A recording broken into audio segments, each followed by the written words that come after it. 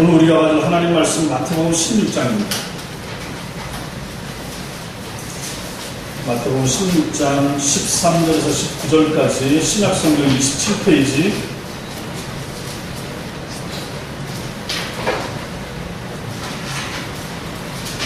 마태복음 16장 13절에서 19절까지입니다. 제가 하나님 말씀 받들어 읽겠습니다. 예수께서 빌립보 가이사랴 지방에 이르러 제자들에게 물어 이르시되 사람들이 인자를 누구라 하느냐 이르되 더러는 세례 요한 더러는 엘리야 어떤 이는 예레미야나 선지자 중에 하나라 하나이다. 이르시되 너희는 나를 누구라 하느냐 시몬 베드로가 대답하여 이르되 주는 그리스도시요 살아계신 하나님의 아들이시니이다. 예수께서 대답하여 이르시되 바요나 시몬아 내가 복이 있도다. 이를 내게 알게 하니는 혈육이 아니요 하늘에 계신 내 아버지시니라. 또 내가 내게 이르노니 너는 베드로라. 내가 이 반석 위에 내 교회를 세우리니 음부의 권세가 이기지 못하리라.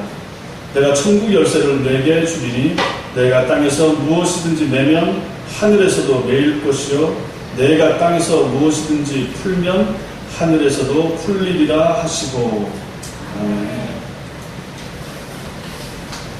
예수님께서 지금 제자들과 가이사랴 빌립보라고 하는 지역을 통과하는 것입니다. 황제, 로마의 황제를 신으로 숭배해서 이 황제의 신전이 있는 도시가 이곳입니다. 지극히 인간적인 인간의 영광으로 충만한 땅 가이사랴 빌립보에 도착하신 주님께서 제자들에게 물으십니다. 얘들아, 세상 사람들이 나를 누구라고 하는지 들어봤느냐? 사람들이 나를 뭐라고 하느냐?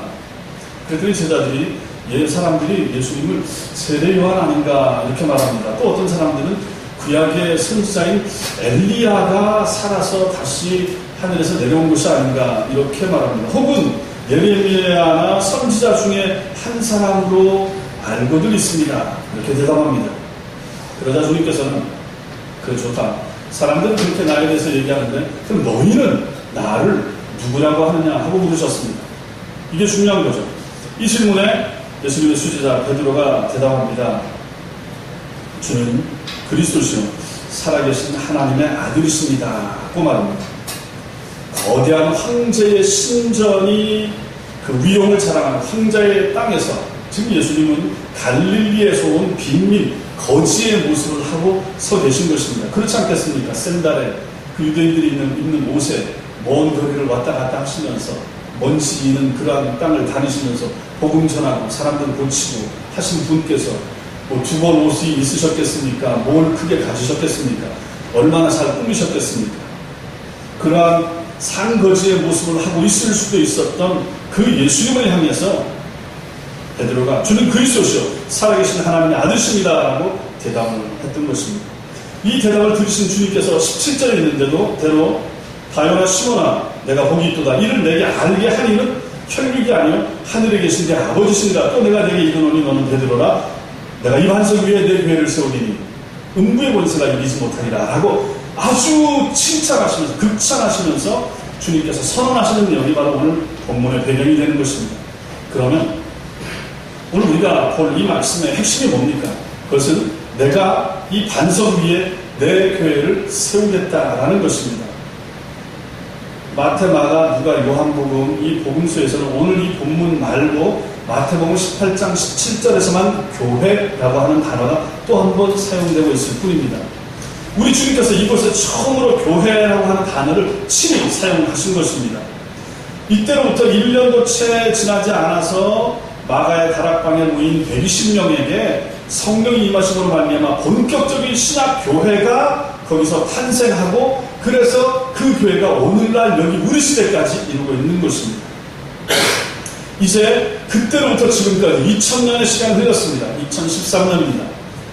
주님이 교회를 세우시고 나서 이제 2000년의 시간을 흐른 오늘날 이 시대의 교회의 모습은 과연 우리 주님께서 2000년 전에 세우시겠다라고 하신 그 선언하신 내용과 오늘날 교회의 모습은 과연 어떠한가 이것을 한번 보자는 것입니다. 주님이 세우시겠노라고 선언하시고 의도하신 그 교회의 모습을 이 시대의 교회의 모습 속에서 볼 수 있는가? 오늘 우리 교회도 과연 주님이 말씀하신 그 교회의 모습과 많이 닮았는가? 주님의 의도를 그대로 가지고 있는 교회인가? 이것을 한번 살펴보자는 것입니다. 교회를 6월 1일 날 인전하고 이제 한 3주째 예배를 드리면서 예전에 그 말씀의 은혜를 받고 내가 앞으로 교회를 미국에서 할 때 이 마음을 가지고 이 말씀을 붙잡고 미국에서 처음 교회를 개척했었죠. 지금 다시 한국에 와서 교회를 세우고 여기 이전하면서 또다시 이 말씀을 통해서 우리 교회는 이렇게 간다 하는 것을 여러분들에게도 알리면서 이것이 교회, 주님이 원하시는 진정한 교회의 모습이라는 것을 확신하기 때문에 우리는 이렇게 가야 합니다라는 것을 말씀드리고 싶어서 오늘 이 설교를 오늘과 다음 주에 걸쳐서 준비해서 같이 나누고자 합니다. 2005년도에 한국 갤럽에서 기독교인 수를 조사했더니 870만이 나왔습니다. 갤럽 조사가 2년에 한 번인가 이렇게 하는 것 같은데 가장 최근의 조사는 어떻게 되는지 모릅니다. 그런데 교회 자체 내 통계에서는 1200만, 1300만까지 갔는데 그것은 중복된 교인들이나 겹치는 이런 거 또 허수가 너무 많아서 그건 다 믿을 수가 없습니다. 각 교회들이 발표하는 그 숫자도 굉장히 좀 많이 줄여서 이제 봐야 되는데 최근의 숫자는 얼마인지 모르지만 하여튼 1000만이 안 되는 건 분명히 확실하고 2005년도에 870만이라고 했는데 그 중에서 이단들, 문선명, 박태선, 무슨 하나님의 교회라든지 아무튼 이렇게 잘못된 이단 교회들 숫자를 보면 이단의 숫자가 150만에서 250만 정도 된다고 했습니다. 지금 신천지가 기승을 부립니다. 하나님의 교회도 마찬가지입니다. 정말로 조심해야 돼요. 하나님의 교회가 오히려 점점 더 늘고 있습니다. 다니면서 무슨 하나님의 교회 붙여있는 간판들이 있죠.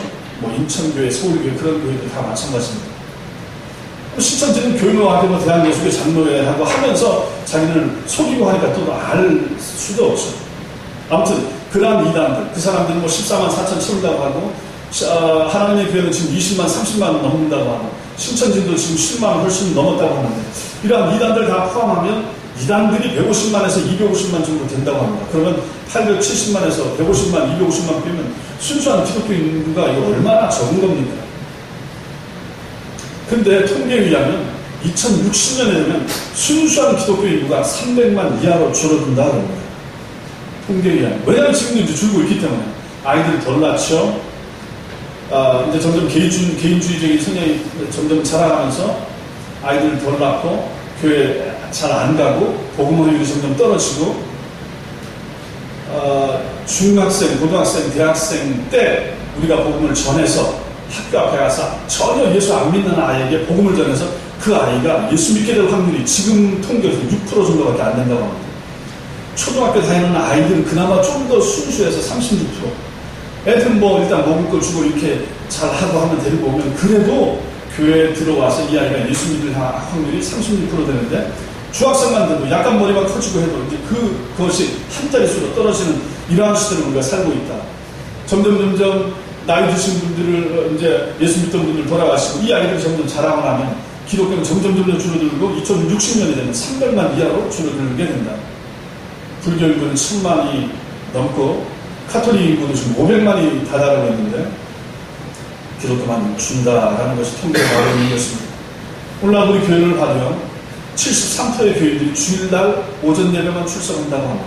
주일날 한 번만 출석하고 나머지 나는 교회하고 상관없이 사는 신자들이 태반입니다. 73%. 제가 본 책에서 그 얘기를 하는 거예요. 가장 최근에 나온 5월 30일 날 나온 책 2020-2040 한국교회 미래시대 주도라는 책을 보니까 이게 나왔습니다. 어제 받아서 어제 다 읽었는데 이런 내용이 쭉 나와서 비관적으로 기독교의 장래에 대해서 얘기를 하고 있는 거예요. 이러한 시대에 우리는 어떤 교회의 모습을 이루어야 되는가? 주님께서는 내가 너의 신앙 고백을 위해 내가 이 반석 위에 내 교회를 세우겠다고 주님께서 말씀하셨는데 오늘날 우리 교회는 이 시대 교회들은 어떤 모습으로 어떻게 가고 있는가? 우리가 세워가야 할 교회의 모습은 어떤 모습이 되어야 되는가? 그것을 한번 살펴보고자 합니다. 주님이 세우고자 하신 교회는 네 가지를 보겠는데 오늘 두 가지, 다음 주에 두 가지 보겠습니다. 주님이 세우고자 하신 교회는 첫째로 예수님이 주인 되시는 교회입니다. 제 설교에 요약문이 주보 안에 들어있으니까 참조하시면 될 것입니다. 예수님이 주인 되시는 교회. 18절 말씀 같이 한번 읽겠습니다. 18절 말씀 같이 읽겠습니다. 시작. 또 내가 너는 베드로라. 내가 이 반석 위에 내 교회를 세우리니 음부의 권세가 이기지 못하리라. 예. 그리고 내가 내 교회를 세우리니 이렇게 하십니다. 주님이 친히 세우시는 교회입니다. 내가 세우겠다. 약속하면서 선언하십니다. 이 헬라어 원문에 보면 내가 세울 것이다 라고 미래형을 사용하고 있습니다. 장차 주님께서 베드로의 신앙 고백 위에 교회를 세우실 것을 암시하는 말씀인 것입니다. 베드로의 신앙 고백 위에입니다. 베드로 위에가 아니고 카톨릭에서는 베드로 위에 세웠다고 해서 베드로를 일대 교황이라고 하는데 그 사람은 성경을 잘못 해석한 것입니다. 아닙니다. 베드로의 신앙 고백 위에 교회를 세운 것입니다. 그리고 이 교회는 건물이 아니고 사람입니다. 이게 정말로 중요합니다. 교회는 건물이 아닙니다.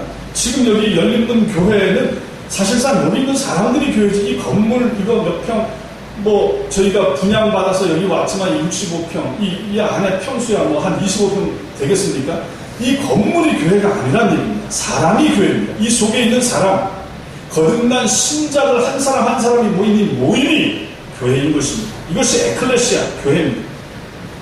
눈에 보이는 건물이 교회가 아니라 예수님을 주님으로 믿는 성도들의 모임이 교회입니다. 그래서 교회를 성전이라고 불러서도 안 되는 것입니다. 성전은 구약시대에 있어서 지금은 성전이 없습니다. 지금 성전은 예수님을 마음에 모신 우리 한 사람 한 사람이 성전인 거죠. 그래서 성전이라는 용어도 적합지 않습니다. 구약시대 때 예루살렘 성전은 AD 70년에 로마 장군 티투스가 와서 무너뜨려서 끝났습니다. 예수님이 본인이 부활하시면서 예수님이 이제 예수님의 몸을 성전이라고 하셨고 그 이후는 교회입니다. 신약시대는 교회 시대고 그 교회 자체도 사실상 눈에 보이는 건물은 교회가 아니고 사람이 교회라. 예배당이 없으면 바깥에 나가서 예배 드리는 것이 그래도 거기가 교회입니다. 지하 색방에서 예배 드려도 거기가 교회입니다. 아무리 웅장해도 거기가 교회인 것입니다. 그러므로 사람이 교회다. 그렇다면 교회의 기원은 창세 전부터 우리가 찾아볼 수 있습니다.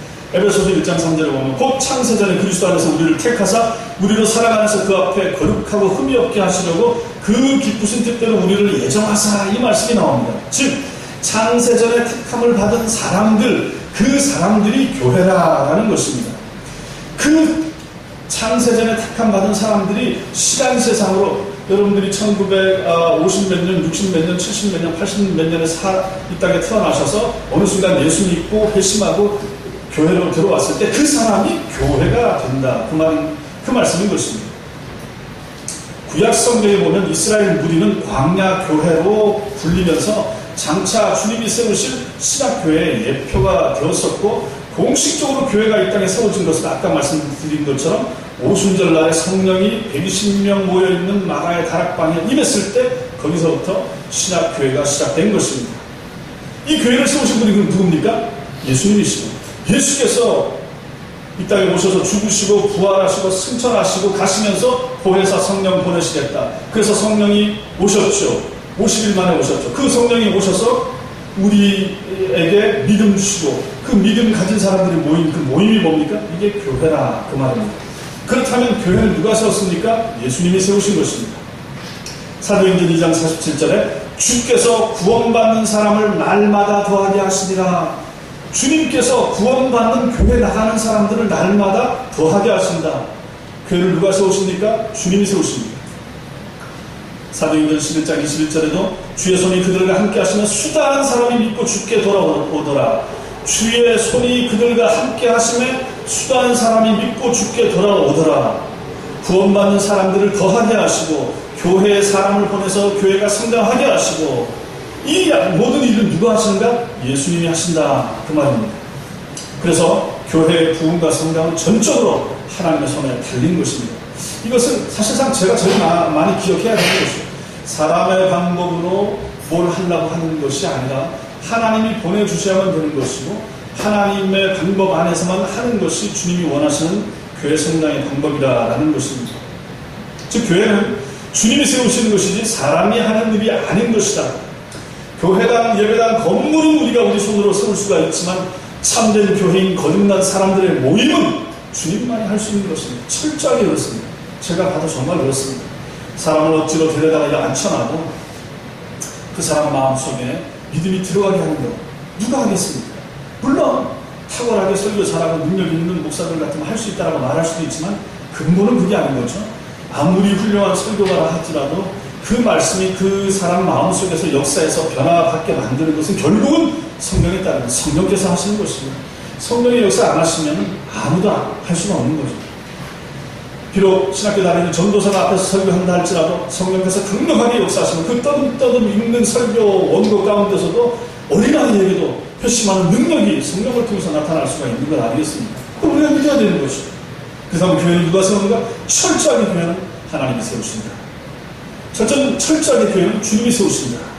그래서 우리가 인정하는 것입니다. 둘째로는 주님만이 교회의 주인 되시는 교회, 이것을 주께서 세우시고 싶어 하셨습니다. 내가 내 교회를 세우리라. 내가 내 교회를 세우리라. 여기 보면 내가 나의 교회를 세우리라. 예수님은 교회가 자신의 소유인 것을 분명히 하고 계십니다.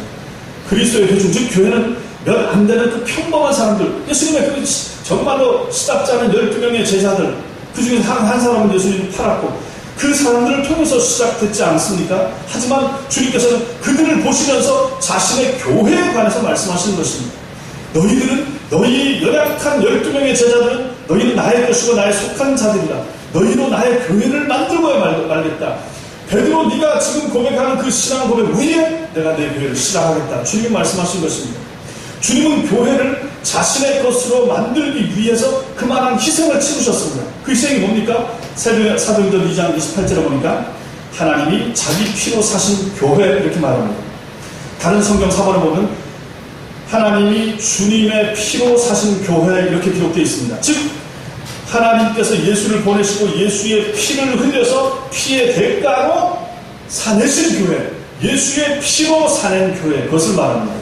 우리 주님이 보배로운 피를 흘리시고 그 피값으로 만들어서 사낸 교회, 그것이 바로 오늘날 우리 교회의 원형이라 그 말인 것입니다. 분명히 교회를 세우는 주체가 주님이시고 따라서 이 땅 모든 교회의 주인은 주님이십니다.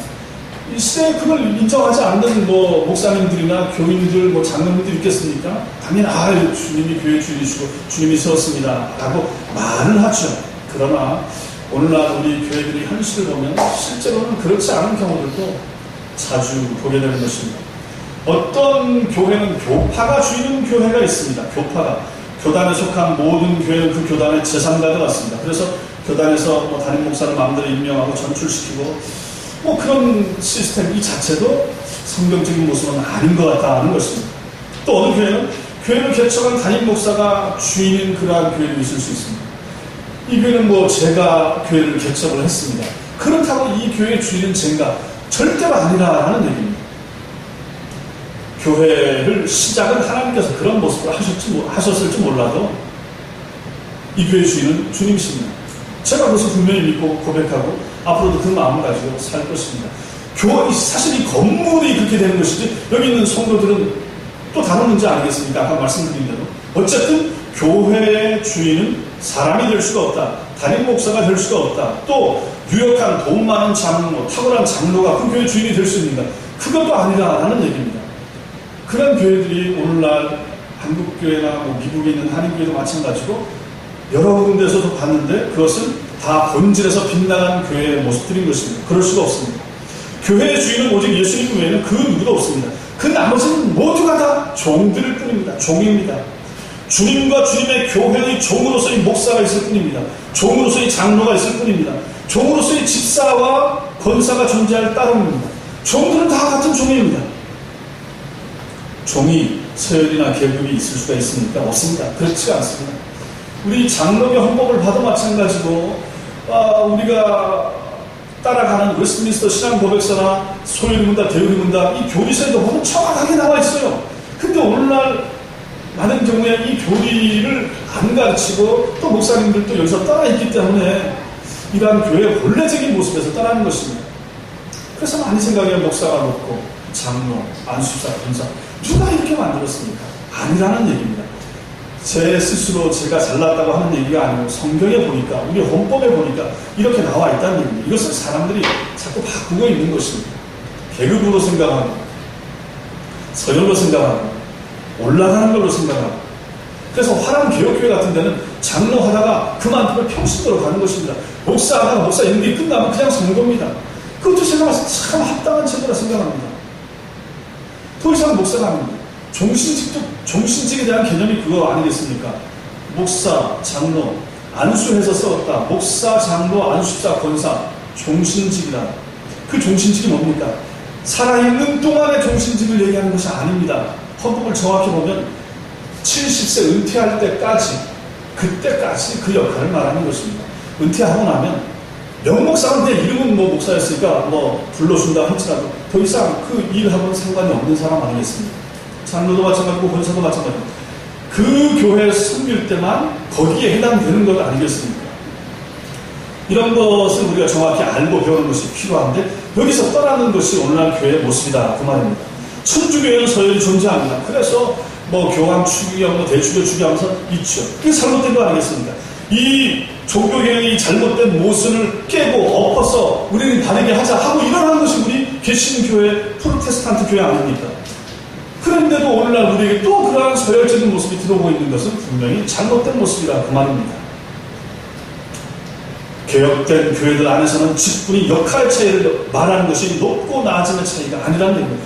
목사는 설교하고 가르치고 목사로서 이 일을 감당하기 위해서 구별한, 그래서 역할을 맡겨진 사람이 목사입니다. 동등합니다. 장로는 장로로서 성도들을 돕고 섬기고 또 여러 가지 둘러보고 성도들의 삶을 살피라고 그 직분을 준 것이고, 또 권사는 성도들을 돌보고 또 기도하고 권면하는 일에 열중하시라고 또 세움받은 분이고, 안수 집사님이나 집사님들도 교회 재정 가지고 교회를 돌보고 교회 재정을 운영하고, 이렇게 다 수평한 관계에서 역할이 다를 뿐이지 이것이 수직적인 개념으로 되는 것은 절대로 아니다. 이것은 주님의 교회의 원래 모습과는 상관이 없는 것입니다. 종들은 오직 주인의 눈치만 살핍니다. 주인의 기쁨만이 그의 존재의 이유이고 주인의 일을 대신하는 것이 그의 즐거움일 뿐입니다. 그래서 우리 열무교도 마찬가지입니다. 우리 교회 주인은 주님이시고 우리 모두는 그 누구라도 다 종들일 뿐입니다. 앞으로 누가 우리 교회에 오셔서 누가 어떤 직분을 맡을지라도 이것은 변함이 없을 것입니다. 예수님만이 주인이 되시고 주인으로 높임을 받는 교회, 이것이 바로 주님께서 세우시길 원하셨던 그러한 교회의 모습인 것을 믿으시기 바랍니다. 둘째로 주님이 세우시길 원하셨던 그 교회의 모습은 신앙 고백이 분명한 교회입니다. 주님께서 제자들에게 너희는 나를 누구라고 하느냐라고 물었을 때 베드로는 당신은 그리스도시요 살아계신 하나님의 아들이십니다. 주는 그리스도시요 살아계신 하나님의 아들입니다. 분명히 대답했습니다. 이것은 그 당시의 종교 전문가들이나 세상 사람들의 견해하고는 달랐습니다. 그 당시의 사람들은 예수님을 세례 요한이나 엘리야 정도로 생각을 했습니다. 그러나 베드로는 성령님의 도움을 받아서 완벽하게 다른 고백을 했죠. 그때 주님께서는 하여나 시몬아 내가 복이 있도다. 이것을 너에게 알게 하는 혈육이 아니고 하늘에 계신 내 아버지시다. 이렇게 말씀하십니다. 네가 잘나서 누가 가르쳐줘서 네가 그 고백을 하게 된 것이 아니고 하늘에 계신 아버지가 너에게 가르쳐줘서 네가 바른 고백을 하게 된 것이라고 예수님이 정확하게 말씀하십니다. 여기에 비밀이 있습니다. 교회는 세상의 조직이나 단체하고 본질적으로 다릅니다.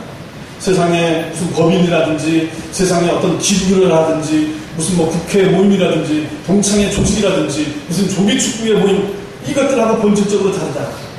뭐가 다릅니까? 교회는 철저하게 신앙 고백을 한 사람들에 의해서 이루어지는 모임이기 때문에 그렇습니다.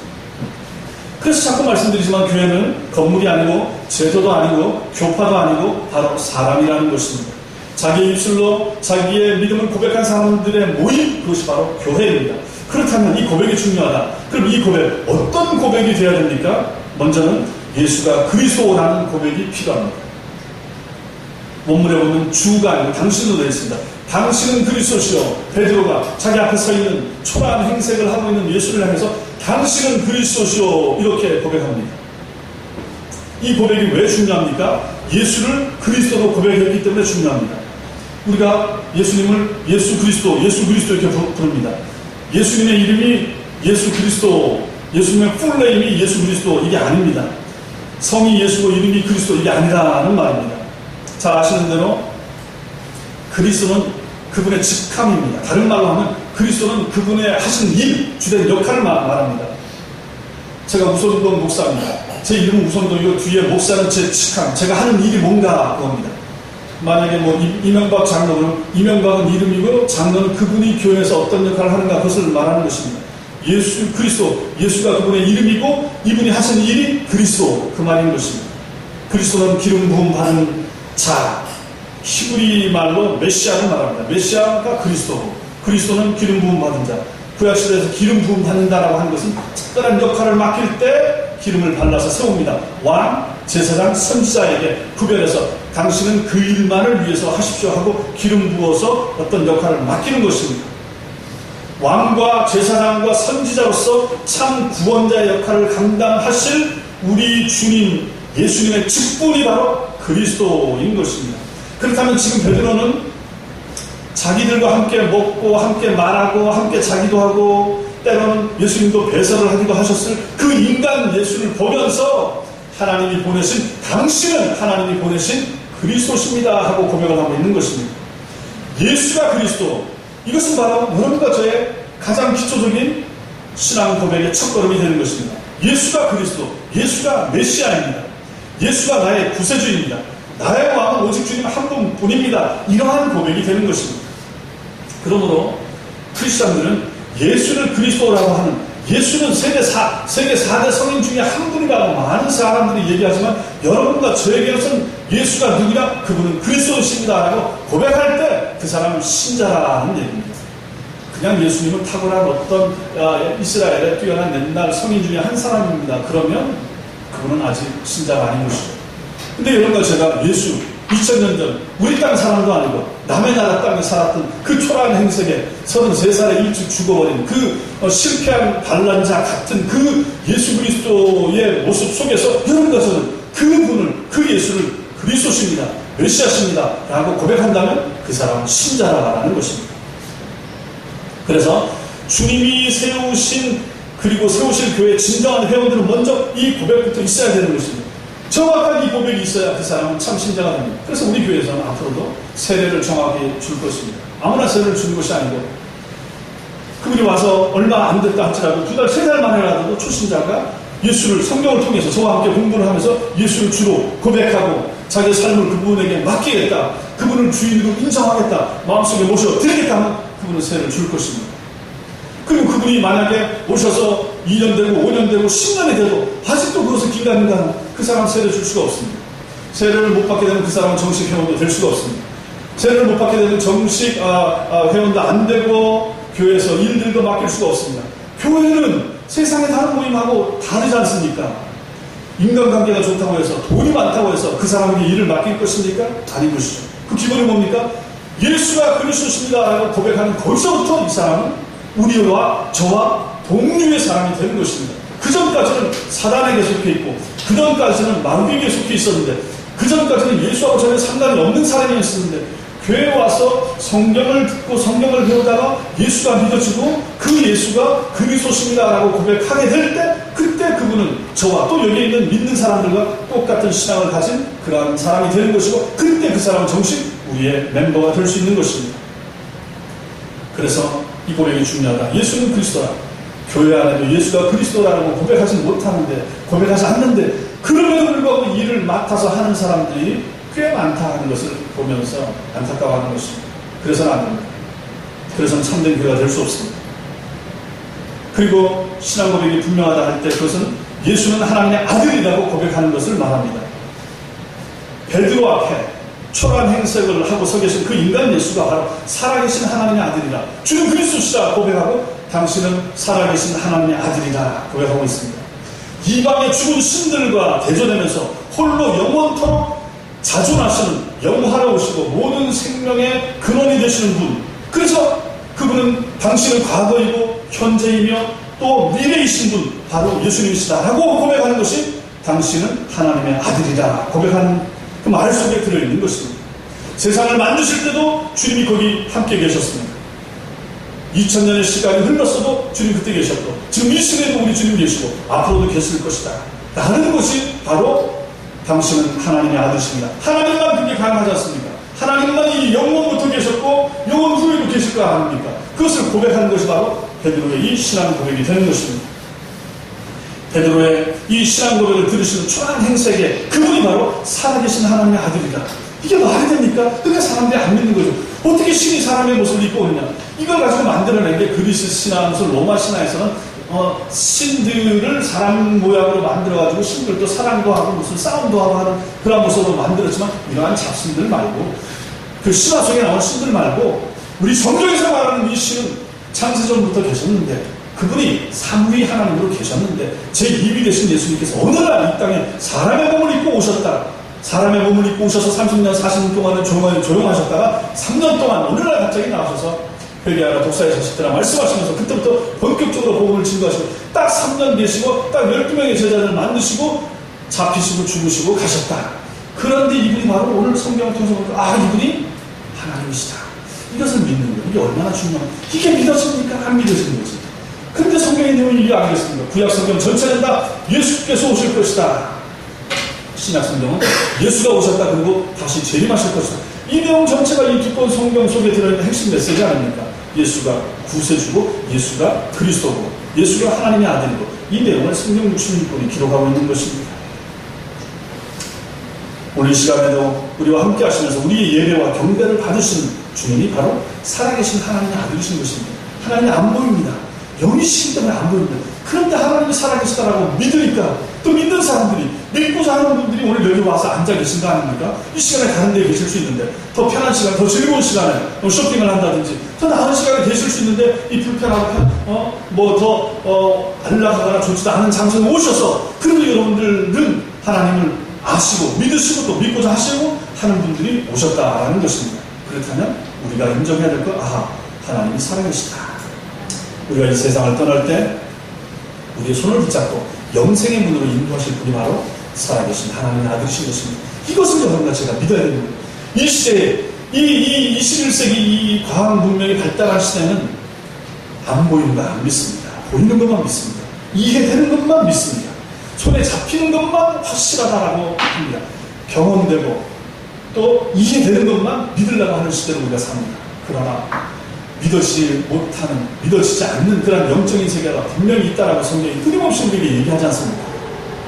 공기가 눈에 안 보여도 믿는 것처럼 바람이 눈에 안 보여도 믿어지는 것처럼 그보다 더 확실하게 존재하는 것이 무엇인가? 바로 하나님의 살아계심이라는 얘기입니다. 하나님의 살아계심은 여러분이 지금 살아있는 것보다도 더 확실한 가치, 더 확실한 의미를 가지고 있다는 것입니다. 그래서 주님에 대한 바로 이러한 신앙 고백, 하나님은 살아계십니다. 당신은 살아계신 하나님의 아들이다라고 했던 이 신앙 고백이야말로 바로 주님이 원하시는 교회, 주님이 받으시는 성도들의 기본이 되는 것입니다. 그래서 우리 교회는 이런 교회들을 길러내고자 하는 것입니다. 예수님은 그리스도십니다. 예수님은 살아계신 하나님의 아들이십니다. 라고 저 어린 아이들부터 이어서 고백할 수 있는 그러한 교회, 그러한 교인들. 이 교회가 바로 주님이 원하시는 교회의 모습이다라는 것입니다. 마지막으로 이러한 바른 신앙 고백은 주님의 축복입니다. 이러한 바른 신앙 고백은 다 할 수 없는 주님의 은혜가 되는 것입니다. 17절에 다양하시거나 내가 복이 있도다. 이를 내게 알게 하는 일은 혈육이 아니고 하늘에 계신 내 아버지시다. 베드로의 이런 정확하고도 놀라운 신앙 고백은 갈릴리의 어부 베드로의 인품과 지식과 통찰력에서 나온 것이 아니고 성부 하나님께서 친히 알게 하셔서 알게 된 하늘로부터 내려온 신적인 지식이라 그것을 지금 말하는 것입니다. 에베소서 2장 8절에 너희가 그 은혜를 인하여 믿음으로 말미암아 구원을 얻었나니 이것이 너희에게서 난 것이 아니요 하나님의 선물이라 했습니다. 고린도전서 12장 3절에 성령으로 아니하고는 누구든지 예수를 주시라 할 수 없느니라 분명히 말합니다. 예수님을 주님이라고 고백하는 것은 내 힘과 내 지혜로 하는 것이 아니고 성령 하나님께서 가르쳐 주셔야 가능하다 이렇게 말하는 것입니다. 즉 바른 신앙 고백은 하나님의 놀라운 축복이 되는 것입니다. 그래서 예수가 마음속에 믿어지는 것은 가장 큰 복이 된다 그 말입니다. 아울러 교회는 바른 신앙 고백을 가르쳐야만 됩니다. 예수님은 구세주로 그리고 지금도 살아계신 하나님의 아들로 모든 성도들이 고백할 수 있도록 쉼없이 가르쳐야만 하는 것이 교회의 역할과 책임인 것입니다. 잘 사는 법, 복 받는 법, 세상에서 승리하는 법, 인간적인 어려움을 통과해내는 것 이런 것이 주가 되는 것이 아니고 하나님이 어떤 분이신가를 정확하게 바르게 알려주고 고백할 수 있도록 가르치는 것이 교회가 해야 될 첫 번째 역할이라는 얘기입니다. 이러한 신앙 고백만 바로 되면 나머지 부분은 저절로 해결될 수 있는 부분이기 때문에 그런 것입니다. 지금도 교회 안에 버려진 성도들이 얼마나 많이 있습니까? 교회 안에는 있지만 예수님을 그리스도라고 믿지 못하는 사람들, 교회 안에 있으나 예수께서 살아계셔서 지금도 역사하시는 하나님의 살아계신 아들이라고 안 믿어지는데 교회에서 어떤 일들을 맡아서 감당하는 사람들이 한국 교회 안에 꽤 있는 현실을 보는 것입니다. 그것은 아니다 그 말이죠. 성도 여러분, 다른 교회, 좋은 교회는 돈 많은 사람들이 많은 교회이거나 공부 많이 한 사람들이 모여있는 그러한 교회 아닙니다. 큰 건물을 또 좋은 시설을 갖춘 교회가 좋은 교회고 바른 교회, 그것도 아닌 것입니다. 바르고 좋은 교회는 올바른 신앙 고백을 하는 사람들이 모여있는 교회인 것을 믿으시기 바랍니다. 틀림없습니다. 예수님이 그리스도십니다. 예수님은 하나님의 아들이십니다. 나는 이러한 놀라운 신앙 고백을, 이러한 바른 신앙 고백을 선물로 받은 사람이 그 교회 안에 많을 때 그 교회가 바른 교회고 좋은 교회가 되는 것이죠. 성도 여러분, 주님께서 세우고자 하신 교회는 예수님께서 주인 되시는 교회였습니다. 사람들의 목소리가 여기저기서 들리고 사람들이 교회의 주인 행세를 하는 그러한 교회가 아닌 주님만을 주인으로 모시고 살면서 주님만을 높이기를 소원하는 사람들로 가득한 예수 중심의 교회, 이 교회 주님께서 세우고자 하셨던 교회인 것입니다. 또한 주님이 세우고자 하신 교회는 신앙 고백이 분명한 교회입니다. 예수만이 그리스도십니다. 예수만이 메시아십니다. 예수님만이 이 세상에 있는 나 같은 죄인들을 구원할 구세주십니다. 예수님만이 지금도 살아계신 이 물질 문명이 팽배한 세상 가운데서도 분명히 살아계시고 지금도 세상을 통치하시고 섭리하시고 대한민국과 북한과 중국과 미국과 앞으로 20년 후와 50년 후와 화성과 목성까지도 통치하시고 섭리하실 하나님, 이 하나님이 살아계십니다라고 믿는 그러한 믿음을 가진 그러한 사람들로 가득 찬 교회, 이 교회가 바로 주님이 원하시고 주님이 기뻐하시는 교회의 모습인 것입니다. 우리 열린문교회가 지금도 그리고 앞으로도 또 우리 교회를 찾을 미래의 성도들도 예수님만이 교회의 주인 되시는 그러한 믿음을 가지고 그러한 교회 일원으로서 섬기는 그러한 교회가 되길 바라고, 성도들의 신앙 고백이 분명한 교회가 되어서 진정으로 주님께서 세우고 싶어 하셨던 교회의 모습을 간직한 복되고 아름다운 교회로 영원히 남을 수 있기를, 그리고 오늘 이 예배에 참석한 성도님들도 다른 교회 다니시든지 처음 오셨든지 전혀 상관이 없습니다. 그 상관없이 하나님의 참된 신자들이고 하나님의 참된 교인이길 원하신다면, 주님이 정말 기뻐하시는 성도의 모습을 갖기를 원하신다면, 오늘 제가 말씀드린 성경에 나오는 이 두 가지 신앙 고백이 분명히 있어야 그 사람은 하나님의 사람이고 주님이 기뻐하시는 성도라는 분명한 믿음을 가지시고 앞으로도 그러한 정확하고 분명한 신앙 고백 위해서 믿음 안에서 신앙생활을 하시는, 그래서 주님이 기뻐하시는 성도의 삶을 사시기를 주님의 이름으로 축원합니다. 기도하겠습니다.